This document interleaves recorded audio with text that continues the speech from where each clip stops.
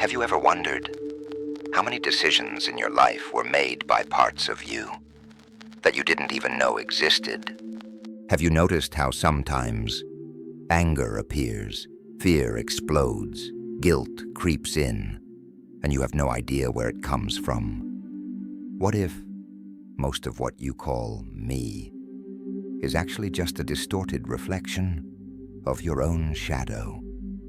Carl Jung once said, "No one becomes enlightened by imagining figures of light, but by making the darkness conscious." And this is where the journey begins, not with noise, not with fireworks, but with a whisper from the most forgotten part of your soul. At some point, we all became prisoners of a story, a narrative where pain justifies control, where trauma dictates the rhythm, where the shadow, the part of you that you hide, repress, and deny, quietly pulls the strings behind the curtain and chooses for you. But what happens when that changes? Not dramatically, not with applause, not with Instagram captions or spiritual declarations. It changes like a subtle breeze, like waking up one morning and realizing the anger didn't show up, the guilt didn't rush in, the memory that once burned you now passes through without leaving scars. And that's when it clicks. Maybe your shadow is no longer driving. Maybe, for the first time, you're the one holding the wheel. This video is not a tutorial. It's a mirror that holds secrets about everything you tried to forget. What you'll find here won't offer advice. It will offer clarity and truth, even when it hurts. Always tastes like freedom. And if you made it here, this isn't an accident. There's a calling, an old one you've ignored for far too long. But now, in the silence of your own mind, it whispers, it's time to come home. There's a moment, barely noticeable, where you stop living your own story and start simply remembering it. Not a violent rupture, not a breakdown, a serene detachment, a pause between breath and thought. Like suddenly realizing the pain that always echoed in your chest has gone quiet. And in that silence, you hear something new. Yourself, without the echo of the past. For a long time, you called yourself the victim, not out of weakness, but out of survival. You wore pain like armor. You used it as an anchor, as a justification, as an identity. I am like this because I was hurt. I don't open up because I was betrayed. I protect myself because they broke me. But then a day comes when these sentences no longer fit in your mouth. You try to say those sentences again, and they sound false, like they belong to someone else's mouth. That's when you realize something changed. Not the world, you. You start looking back, and instead of feeling pity, you feel presence. Instead of anger, you feel understanding. Instead of nostalgia, you feel gratitude, not for the pain itself, but for walking through it. The past is no longer a prison, decorated with memories. It's just an old room where you left things that mattered, but it's a room you don't live in anymore. Carl Jung said, "We don't remember our memories, we relive them." And it's true. until the shadow stops holding the wheel. Everything is repetition. We repeat the fear of abandonment. We repeat the need to self-sabotage. We repeat the choices that hurt, simply because they feel familiar. It's the unconscious, pulling the strings, and us, like puppets, believing we're in control. But when the shadow starts to integrate, when it no longer dominates, something changes in the way you tell your story. You stop saying, "It was their fault," and start wondering, how did I allow myself to stay there for so long? You stop looking for someone to blame and start looking for consciousness, and that changes everything. It's a type of silence that feels uncomfortable at first, like you've been so used to screaming just to prove you're alive, and suddenly you understand. Breathing is enough. You stop craving emotional justice. You don't need to be understood anymore. You just want to be, and in that simple wanting, a revolution starts. This is where most people get confused. They think they're becoming cold, distant, disconnected. But it's not apathy. It's emotional maturity. It's when you finally realize that what once defined you was only the scar, not the living skin, that quietly regenerated underneath. You don't forget what happened, but you no longer need the past as a crutch. You don't use it as an excuse to push others away, or as a shield to avoid showing up fully. You begin to remember without bleeding, and that is one of the greatest signs that your shadow no longer sits on the throne of your being. It's still at the table, yes, but now it's just one voice among many. You listen to it, but it no longer decides, and in that balance, you begin to rediscover something forgotten: lightness. It's not the euphoric joy of someone who won a war. It's the serenity of someone who finally understood the war was never against the world, but against themselves. And now, you lower your weapons, because you realized you no longer need to defend yourself from an enemy who doesn't live inside you anymore. And if that resonates, if while hearing this, something strange stirred inside you, like a forgotten breath suddenly coming back online, it's because you're no longer where you used to be. You are coming home. There's a moment, and it's not magical, not dramatic, when you realize you still feel everything, but you don't need to react to everything anymore. Anger comes, yes, but it no longer explodes.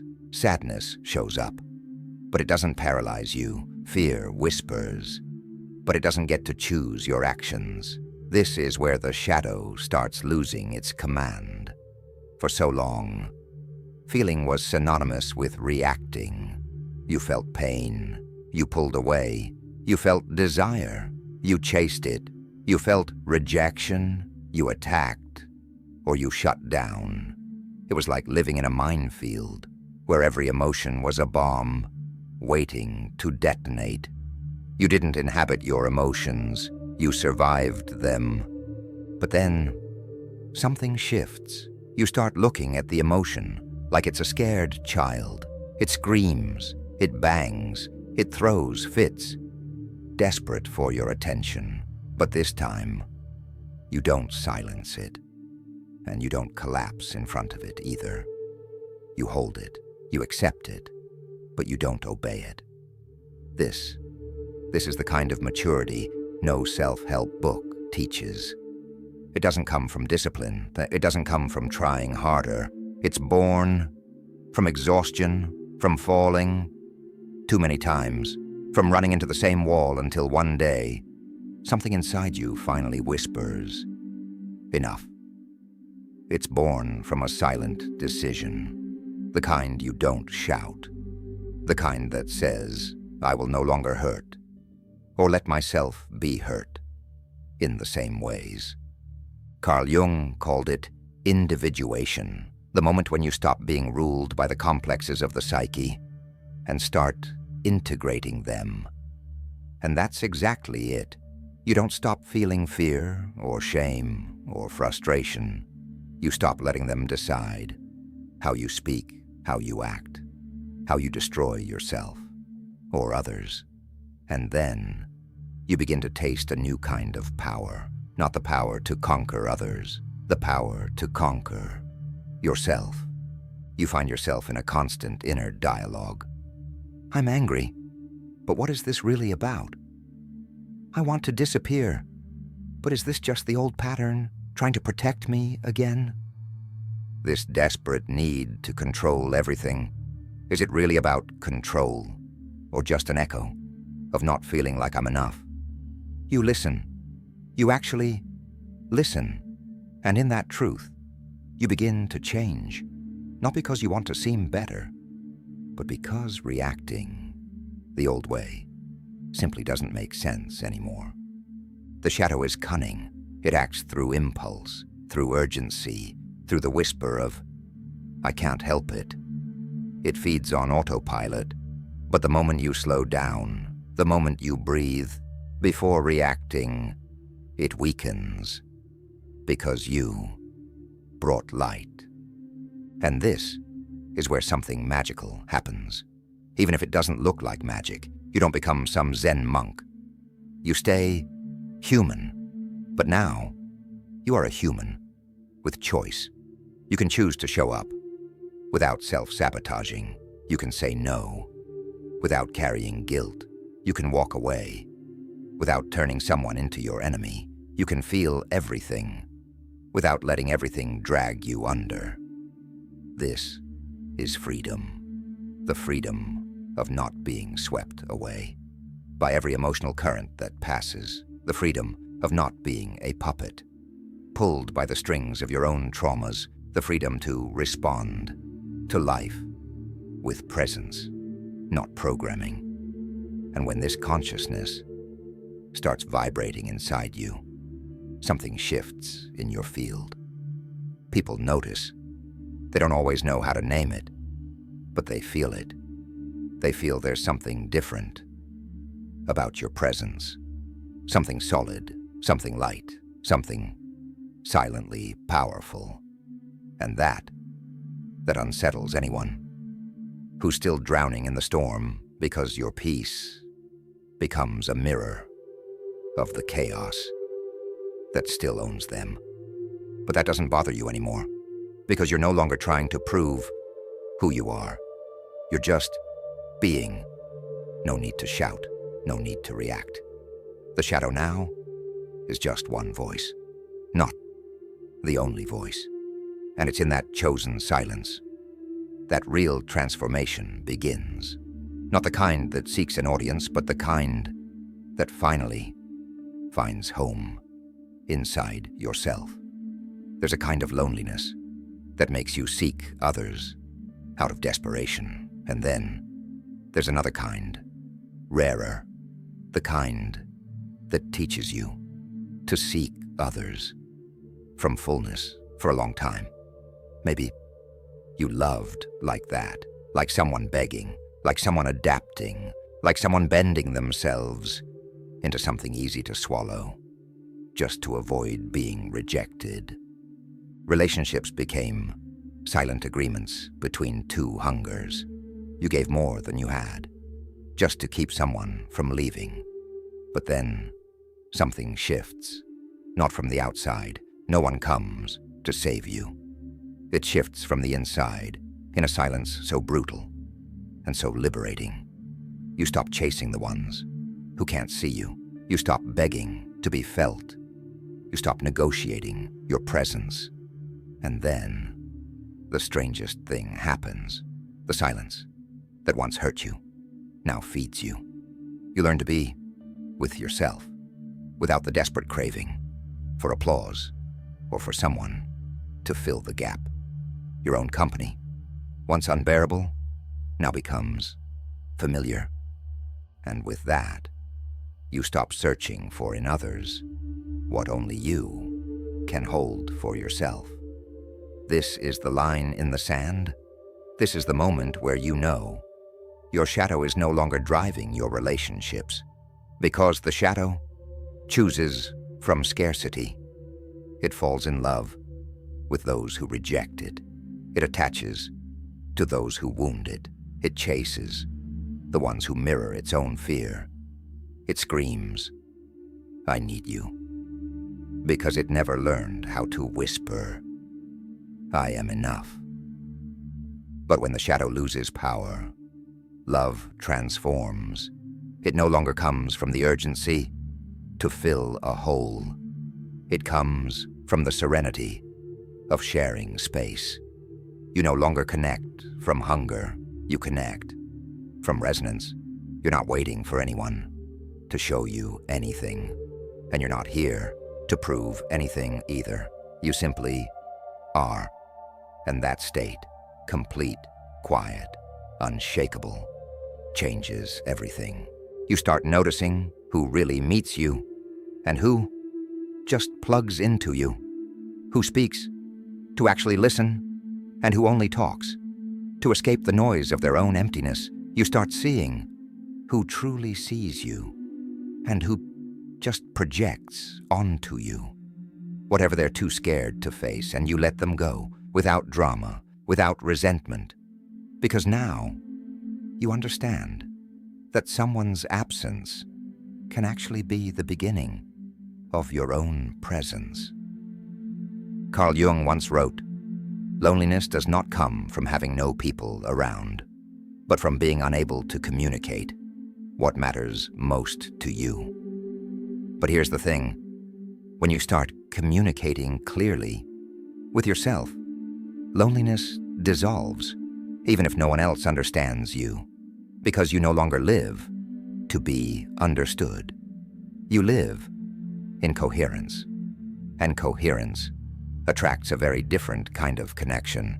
Connections that don't demand masks, that don't ask you to explain why you've evolved, that don't punish you for being free, that don't shame you for being deep. And no, they're not loud, they're not chaotic, they're not explosive, they're quiet. Like the soul, they don't pull you out of your peace, they return you to it. And here lives a brutal truth. Most people are not ready for your silence, because your silence reveals everything they've been avoiding. You become a mirror, and that terrifies them, but still, you remain, not to convince, not to explain, but simply to be. And whoever can meet you in that place where the noise dies and only the real remains becomes part of your path, not because you need them, but because there's synchronicity. You no longer build connections like walls to defend yourself. You build them like windows for others to step through if they want, and if they don't, they're free to walk away, because your peace no longer negotiates where it lives. And this is where relationships stop being emotional prisons. They stop being contracts built on the fear of loneliness, and they become invitations. Do you want to walk beside me as who you are, while I remain who I am? And if the answer is no, nothing happens, because now you are your own home. No one wakes up one day screaming, "I transcended." There are no fireworks, no witnesses, no spiritual ceremonies, no banners that say, "From this point forward, you are awakened." Because transcendence isn't an event. It's a return, a silent one, an intimate one, and brutally honest. A return to what you already were, before you had to become someone else, just to survive. It's subtle, almost invisible. It doesn't change your clothes. It doesn't change your job. It doesn't swap your friends. It changes your frequency. Suddenly, what used to trigger you no longer moves you. What you once needed to prove is now irrelevant. The world looks the same, but the way you touch it is not. You stop wanting to be accepted because you've already accepted yourself. You stop waiting for a sign because now you hear your own calling. You stop following other people's maps because you finally realize the only territory worth exploring is you. Carl Jung said, "Enlightenment doesn't come from imagining figures of light, but by making the darkness conscious." But he never said it would be beautiful. He never said it would be light. Becoming conscious of your darkness is often ugly. It's confusing. It's devastating. It's admitting you were never who you thought you were. It's letting go of the masks that worked for decades. It's staring into the face of the version of you swore didn't exist. But right there, in that confrontation, you come home. You realize you no longer need to fight the world because you're no longer at war with yourself. You no longer have to run because you're not running from anything anymore. You no longer need to hide because everything that was once shadow has become raw material for your wholeness. Transcendence doesn't lift you above others. It pulls you deeper into yourself. It doesn't make you special. It makes you real. You start moving more slowly, not because of laziness, but because of reverence. Words are chosen with more care. Silences are honored. Gestures become smaller, but they carry truth. You no longer feel the need to defend yourself because your presence has become your protection. You no longer need to attack. Your gaze says everything that needs to be said. You no longer beg to be heard. Your energy speaks before your voice ever does. And that's when everything shifts, because the world doesn't respond to what you pretend to be. The world responds to the frequency you emit. And when that frequency is born from your center, not from your fear, everything aligns. Relationships dissolve naturally. Opportunities appear without effort. Silence becomes fertile, and emptiness that once felt terrifying becomes sacred space. You realize what was left behind wasn't loss. It was cleansing. It was everything that no longer resonated, everything that had to leave, so you could finally stay. And in this state, where the shadow no longer leads, but simply walks beside you, you finally understand transcendence isn't about rising. It's about descending. It's about anchoring. It's about embodying spirit in every mundane act. It's doing the dishes with presence. It's looking someone in the eyes with truth. It's breathing without rushing, without fear, without masks. You don't care about impressing anyone anymore, because there's nothing left to prove. You just want to be. And being at this level is revolutionary, because being like this is living off script. It's dropping the roles. It's letting the soul take center stage. No applause, no masks, no rush. It's in this place where the screaming stops and silence reigns that you finally return, not like someone coming back from war, but like someone finally remembering who they've always been. Welcome back. In the end, this was never about killing the shadow, never about defeating it. The truth is far more raw and far more beautiful. It was always about no longer living under its rule, no longer being governed by ancient wounds, by inherited narratives, by fears, disguised as personality. And when you realize that your shadow no longer controls your energy, the world doesn't change, but the way you move through it transforms completely. Stop reacting and start responding. Stop repeating and start creating. Stop protecting and start revealing. This doesn't turn you into some perfect version of yourself. It turns you into someone whole. And integrity, in the end, is far more sacred than any idealized enlightenment. It's the mature acceptance that you don't need to fix yourself to be worthy.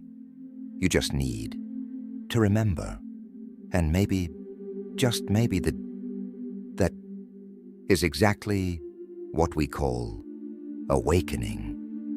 It's not a victory scream. It's the deep, grounded silence of someone who, for the first time, is at peace with their own presence. I remember exactly the day I realized my shadow wasn't driving anymore. It was just a random Monday, no mystical synchronicity, no eclipse, no cosmic alignment, just silence. I sat on the edge of my bed, and I noticed something terrifying and beautiful. I no longer hated myself on the inside. I didn't want to fix anything. I wasn't in a rush to become anything else. I was just here. And in that moment, I understood. That was it. Not an epic event, not fireworks, but the absence of urgency, the absence of weight. And if, at any point during this video, it felt like we were just sitting together in the middle of the morning, soul naked, without the need to impress anyone, then hear me. That connection is real, not because I know what you've been through, but because I too had to learn how to walk through the dark before I could ever hold my own light. And that is why this space exists, not to give you answers, but to remind you of the right questions, the ones that itch when the world goes silent, the ones your shadow tries to bury, but your soul keeps dragging into the light. And if this conversation touched something in you, if it echoed in a place you still don't know how to name, then subscribe. Yes, click. Not for the algorithm, not for vanity, but because this space was built for those like you who are done pretending to be sane just to be accepted. And of course, leave me a comment. Tell me which part sliced through you. Tell me the moment your shadow finally cracked and your presence started to speak. And those videos, right there on the screen. Number, I won't tell you what they're about. All I'll say is this: they are doors, but only those who have begun to remember themselves will be able to walk through. Choose with your heart. And I'll see you in the silence between one awakening and the next.